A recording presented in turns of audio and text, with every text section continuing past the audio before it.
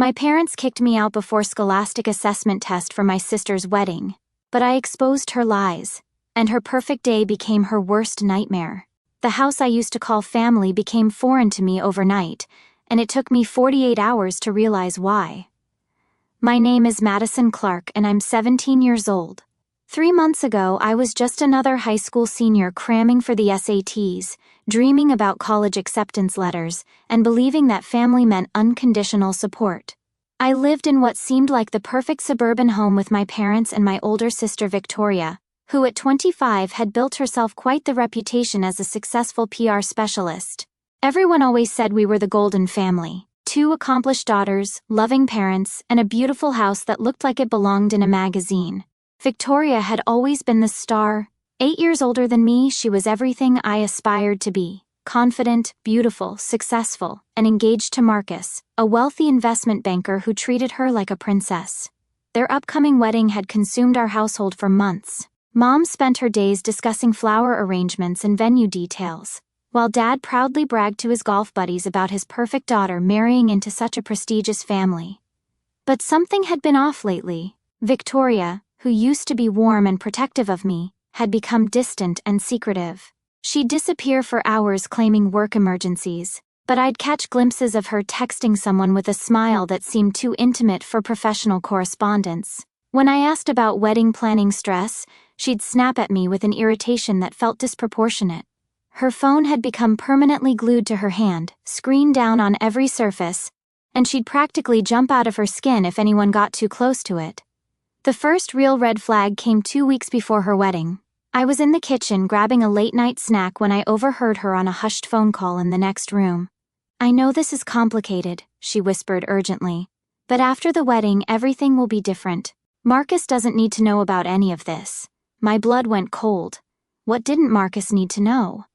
When I tried to bring it up the next day, Victoria's eyes flashed with something I'd never seen before. Genuine hostility. "Mind your own business, Madison," she said coldly. "Some things are adult matters that you wouldn't understand." The dismissal stung, but it was the way she looked at me that really hurt, like I was an inconvenience rather than her little sister. The strange behavior escalated. Victoria started working even later, coming home with expensive gifts that she claimed were client appreciation presents. She'd quickly hide shopping bags when anyone entered her room, and I noticed she'd been lying about her whereabouts. Once, she told Mom she was at a bridal fitting, but I saw her Instagram story from an upscale restaurant across town with a man who definitely wasn't Marcus. My parents, however, seemed completely oblivious to Victoria's odd behavior. They were so caught up in wedding excitement that they couldn't see past the fairy tale image they'd constructed. "Victoria works so hard," Mom would say whenever I tried to voice my concerns. "She deserves every happiness." Dad was even worse, already talking about Victoria and Marcus giving them grandchildren and how proud he was of his successful girls. 3 days before my SATs, the most important test of my academic career so far, everything imploded. Mom cornered me after breakfast with what she presented as wonderful news. "Sweetheart, you'll need to pack up your room today. Victoria needs the space for out-of-town wedding guests." I stared at her, certain I'd misheard. My room? The quiet sanctuary where I'd been studying for months. "Where am I supposed to sleep?" I asked, my voice already shaking.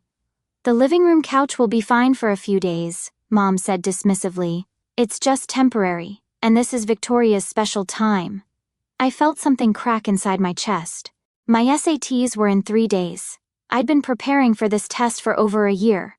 It would determine which colleges I could attend, what scholarships I might receive, essentially the trajectory of my entire future. And they wanted me to give up my quiet study space so wedding guests could have comfortable beds? When I tried to explain how crucial these next few days were for my preparation, Mom's expression hardened. "Madison, you're being selfish. This is your sister's wedding. A once-in-a-lifetime event. Your test is just 1 day. Just 1 day." The words hit me like a slap. Everything I'd worked for, all my academic achievements, all my college dreams, reduced to just 1 day in comparison to Victoria's party. I appealed to Dad, hoping for more understanding, but he was even worse. "Your sister has been planning this wedding for over a year," he said sternly. "These guests are very important people. Marcus's business associates, potential clients for Victoria's PR firm. You need to be a team player here, a team player. As if sacrificing my future was just good sportsmanship. The breaking point came when Victoria herself delivered the final blow. I found her in her room, surrounded by wedding gifts and designer dresses, looking more beautiful and confident than ever. When I explained my concerns about losing study time and sleep before the most important test of my life, she barely looked up from her phone. "Madison," she said with a tone so cold it could have frozen water, "you need to grow up. The world doesn't revolve around your little test. Real adults make sacrifices for family." She paused, finally meeting my eyes with a look of pure disdain. "Maybe it's time you learned how to live in the real world. Go find somewhere else to stay if it's such a big deal. Learn to live on the streets and see how easy life really is." The cruelty in her voice was breathtaking. This wasn't just about bedroom arrangements. This was about my place in the family hierarchy. I was expendable. My dreams, my future, my well-being, all of it was secondary to Victoria's perfect wedding image. That night, I packed a bag with my most essential belongings and left. I had nowhere to go except my best friend Sarah's house, whose parents graciously offered me their guest room, but the damage was done. My confidence was shattered, my study routine destroyed, and my trust in my family completely obliterated. As I tried to focus on SAT prep in an unfamiliar environment, one question kept haunting me. How had my family become people I no longer recognized? But living at Sarah's house gave me something I hadn't expected: perspective and distance. Away from the wedding chaos and family pressure, I started noticing things with clearer eyes. Sarah's mom, Mrs. Peterson, was a sharp woman who worked in corporate investigations. Over dinner one evening, as I shared my family drama, she made a comment that would change everything. "Honey," she said gently, "people don't usually become that defensive unless they're hiding something significant. In my experience, when someone lashes out that hard, it's often because they're protecting a secret that could destroy everything they've built." Her words haunted me. What secret could Victoria be protecting that was worth throwing her own sister out on the streets? That night, I couldn't sleep. I kept thinking about all the strange behaviors, the secretive phone calls, the expensive gifts, the lies about her whereabouts. Something was very wrong, and my gut told me it went far deeper than wedding stress. The next morning, I decided to do something I'd never done before. I started investigating my own sister. It felt terrible, like violating some sacred sibling trust, but she'd already destroyed that when she looked me in the eye and told me to live on the streets. If Victoria wanted to play games with family loyalty, I was about to learn the rules. I started with social media, carefully combing through her posts and tagged photos from the past few months. That's when I found the first major inconsistency. Victoria had told our parents she was working on a huge campaign for a luxury hotel chain, explaining her long hours and increased income. But when I searched for any mention of this campaign online, I found nothing. No press releases, no social media buzz, no industry articles. Nothing. For a PR specialist supposedly running a major campaign, there was remarkably little evidence of her work. Digging deeper, I discovered Victoria had been tagged in several photos at expensive restaurants and bars during times she claimed to be working late.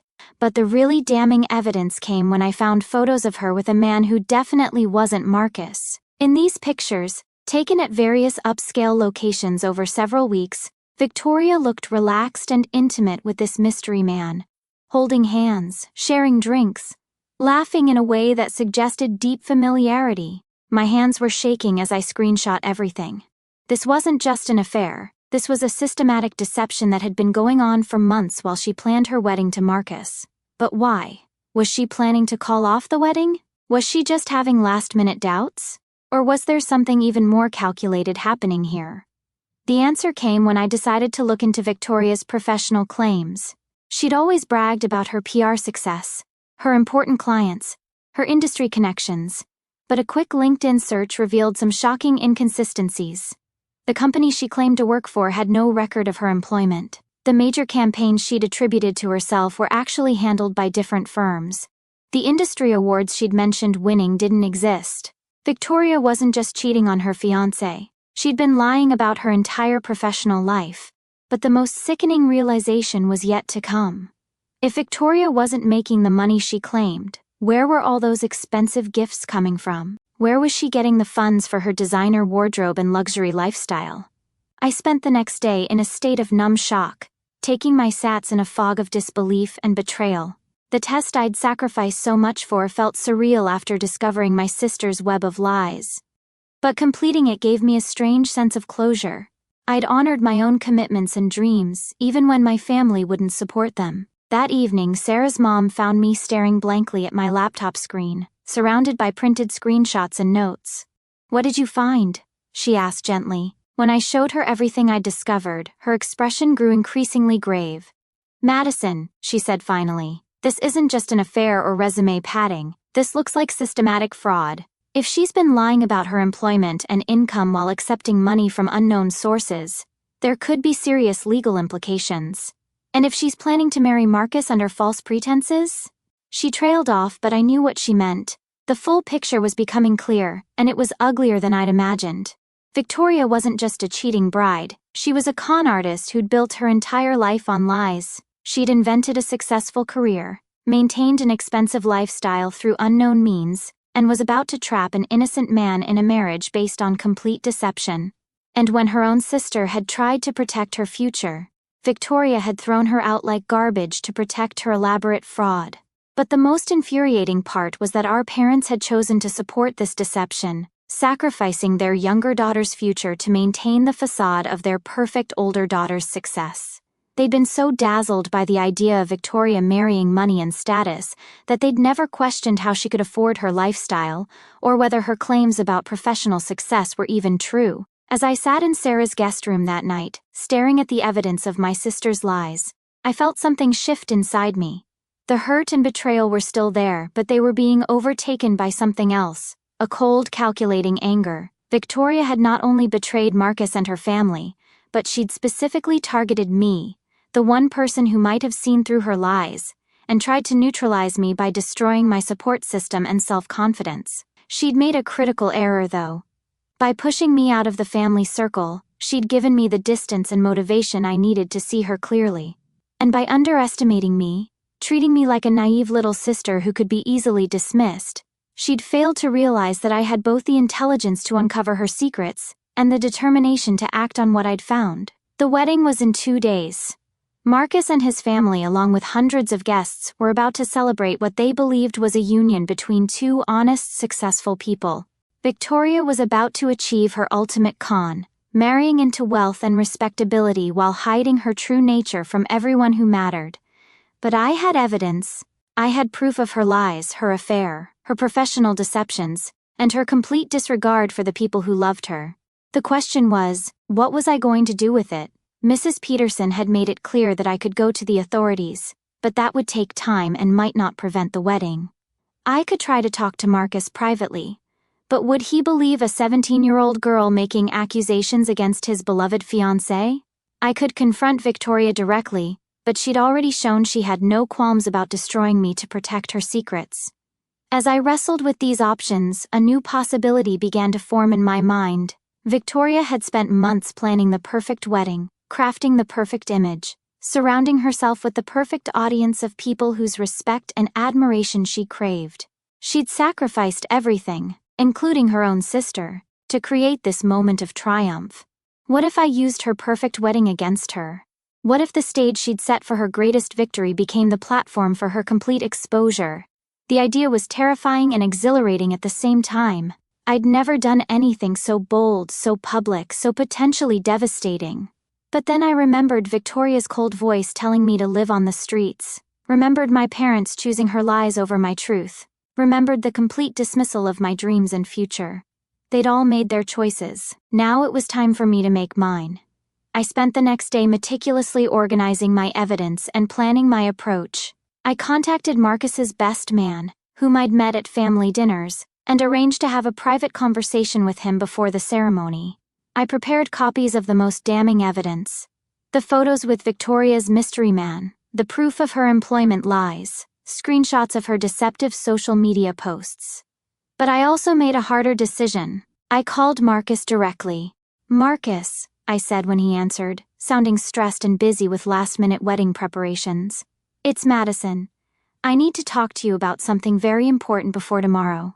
"Can it wait?" he asked distractedly. "I'm in the middle of coordinating with the caterers and..." It's about Victoria, I interrupted. It's about things she's been hiding from you. Things that will matter more than catering. The silence that followed was heavy with implications. Finally, Marcus spoke again, his voice quieter and more focused. What kind of things, Madison? Taking a deep breath, I told him everything. About the mystery man, the professional lies, the secret phone calls, the expensive gifts with no legitimate source. I offered to send him the evidence I'd gathered, to meet with him before the wedding, to answer any questions he had. The conversation lasted nearly 2 hours. Marcus asked for proof, which I provided. He asked for details, which I gave. He asked if I was certain about what I was accusing his fiancée of, and I told him I'd never been more certain of anything in my life. By the end of the call, Marcus's voice had changed completely. The excited groom had been replaced by a man facing the destruction of everything he'd believed about his future. Madison, he said finally, I need some time to process this, but thank you. Thank you for being brave enough to tell me. I'm sorry, I whispered. And I genuinely was. Not sorry for exposing Victoria's lies, but sorry that Marcus had to learn the truth this way. Sorry that his happiness was built on deception. Sorry that my sister had become someone capable of such cruelty. Don't be sorry, Marcus said firmly. You're the only person who cared enough about the truth to risk everything to tell me. That's not something to apologize for. The wedding day arrived with all the fanfare Victoria had orchestrated. The venue was stunning, the flowers were perfect, the guest list was impressive. Our parents buzzed around in their finest clothes, basking in the attention and compliments from other families. Victoria looked absolutely radiant in her designer gown, every inch the perfect bride she'd always dreamed of being, but I knew what the others didn't. Marcus had spent the night reviewing evidence, making phone calls, and confirming the truth about the woman he was supposed to marry. When he'd called me at dawn, his voice was steady but devastated. It's all true, he said simply. Everything you told me, I was able to verify. The employment lies, the financial discrepancies, even the affair. I confronted her an hour ago. What did she say? I asked, though I was almost afraid to hear the answer. She denied everything at first, then tried to convince me that you were jealous and making things up. When I showed her the evidence, she broke down and admitted to everything. She begged me to go through with the wedding anyway. Promised she'd change, said the affair meant nothing. Marcus's voice was hollow. She actually suggested we could work through it after the honeymoon, like this was just a minor relationship bump instead of systematic fraud and betrayal. The ceremony was scheduled for 3 p.m. at 2:45. As guests were taking their seats and Victoria was putting the finishing touches on her makeup, Marcus made his decision. Instead of walking to the altar, he walked to the microphone that had been set up for their vows. I watched from my seat in the back, uninvited by my family but present as Marcus's guest, as he stood before the assembled crowd of family, friends, and business associates. Victoria, still in the bridal suite, had no idea what was about to happen. Ladies and gentlemen, Marcus began, his voice carrying clearly through the decorated venue. Thank you all for being here today. I know you came to celebrate what you believed would be the beginning of Victoria and my life together. He paused, scanning the confused faces of the guests. Unfortunately, I've recently learned some information that makes it impossible for me to proceed with this marriage. The murmur that went through the crowd was immediate and electric. I saw my parents exchange panicked glances, clearly having no idea what Marcus was about to reveal. Over the past 24 hours, Marcus continued, I've discovered that Victoria has been living a lie. She has fabricated her employment history, lied about her professional achievements, maintained a months-long affair with another man, and deceived not just me, but all of you about who she really is. The gasps and shocked exclamations from the guests were audible throughout the venue. But Marcus wasn't finished. I have evidence of these deceptions, he said, provided to me by someone who had the courage to tell the truth when it would have been easier to stay silent. Victoria has spent months planning this wedding while simultaneously planning to continue her affair after our marriage. She has accepted gifts and money under false pretenses, built a lifestyle based on lies, and shown complete disregard for the trust and love of everyone in her life. At that moment, Victoria appeared in the doorway leading from the bridal suite, her face a mask of horror as she realized what was happening. She looked absolutely stunning in her wedding gown, but the beauty couldn't mask the panic and rage in her eyes as she understood that her carefully constructed world was collapsing in real time. "Marcus," she called out, her voice carrying across the silent venue. "Please don't do this. We can talk about this privately. These people don't need to." "These people," Marcus interrupted, turning to face her, "deserve to know the truth about who they came here to celebrate. Just like I deserved to know the truth before I married you." The silence that followed was deafening. Hundreds of eyes turned between Marcus and Victoria, waiting to see what would happen next. I could see my parents' faces from across the room. Dad looked like he'd been punched in the stomach, while Mom appeared to be in complete denial, shaking her head as if she could will this scene away. Victoria, to her credit, tried to salvage the situation. She walked toward Marcus with as much dignity as she could muster, her wedding dress trailing behind her like a symbol of everything she was about to lose. "You're right," she said, her voice breaking slightly but still audible to the crowd. "I made mistakes. I was scared and I handled things badly. But we love each other, Marcus. Don't let one mistake destroy everything we've built together." "One mistake?" Marcus's voice was incredulous. "Victoria, you've been lying about your entire life for months. You've been cheating on me, stealing from people, living a complete fantasy while planning to trap me in a marriage based on deception. This isn't one mistake. This is who you are." The crowd was completely silent now, everyone hanging on every word of this real-life drama unfolding before them. I could see Victoria's carefully constructed facade beginning to crack as the reality of her exposure set in. "Who told you these lies?" Victoria demanded, her voice taking on a sharper edge. "Who has been poisoning you against me?" Marcus looked directly at me across the crowded venue. "Your sister Madison told me the truth. The sister you threw out of your family home 3 days before her SATs because you needed her room for wedding guests. The sister you told to live on the streets when she asked for support during the most important week of her academic career." Every head in the venue turned to look at me. I felt exposed and terrified, but also strangely liberated. The truth was finally out, all of it, and there was no going back. Victoria's face when she saw me was a mixture of rage, betrayal, and something that might have been fear. "Madison," she said, her voice now openly hostile, "how could you do this to your own sister? How could you destroy my wedding, my happiness, my entire life?" I stood up slowly, my legs shaking but my voice steady. "How could you lie to everyone who loved you? How could you build your happiness on deception and expect it to last? How could you throw away your own sister to protect your secrets?" The confrontation between us was now the center of attention for everyone present. I could see wedding guests filming with their phones, capturing this moment that would undoubtedly become legendary family drama. But I didn't care about the audience anymore. This was between Victoria and me. "You were always jealous of me," Victoria said, her voice rising with desperation and anger. "You couldn't stand that I was successful, that I was happy, that I found someone who loved me. So you decided to destroy it all because you're miserable and alone." Her words stung because they contained a grain of truth.